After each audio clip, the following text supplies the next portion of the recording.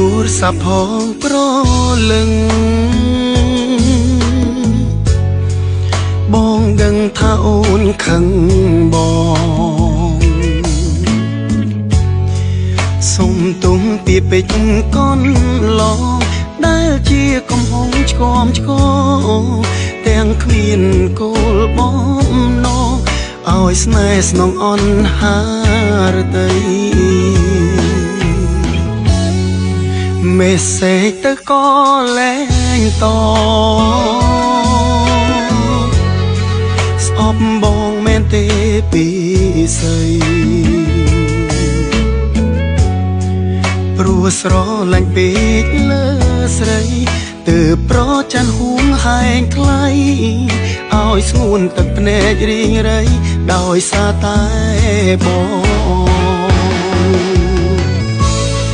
ប្រច័នពេកឲ្យអូនអង់ចិត្តហើយគិតបងមនុស្សមិនល្អព្រោះចោទថាអូនមិនស្មោះសរ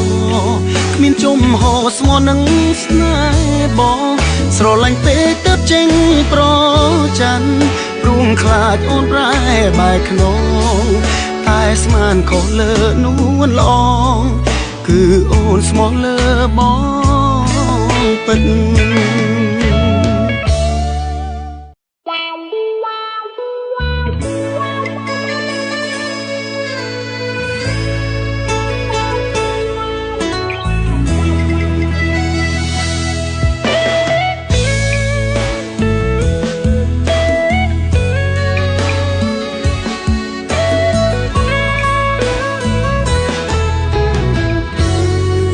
លើកទូរស័ព្ទផងប្រ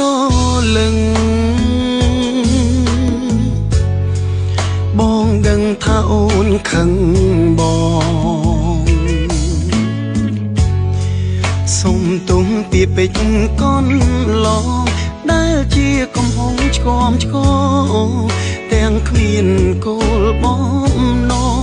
ឲ្យស្នេហ៍ស្នងអន់ហារតីមេសេចទៅក៏លែងតស្អប់បងមែនទេពីស្អីព្រោះស្រឡាញ់ពេកលើស្រីទើបប្រច័នហួងហែងថ្លៃឲ្យស្ងួនទឹកភ្នែករីងរៃដោយសារតែបងប្រច័នពេកឲ្យអូនអង់ចិត្តហើយគិតបងមនុស្សមិនល្អព្រោះចោទថាអូនមិនស្មោះសរគ្មានជំហរស្មោះនឹងស្នេហ៍បងស្រឡាញ់ពេកទើបចេញប្រច័នព្រួងខ្លាចអូនប្រែបែកខ្នងតែស្មានខុសលើនួនល្អគឺអូនស្មោះលើបងពិត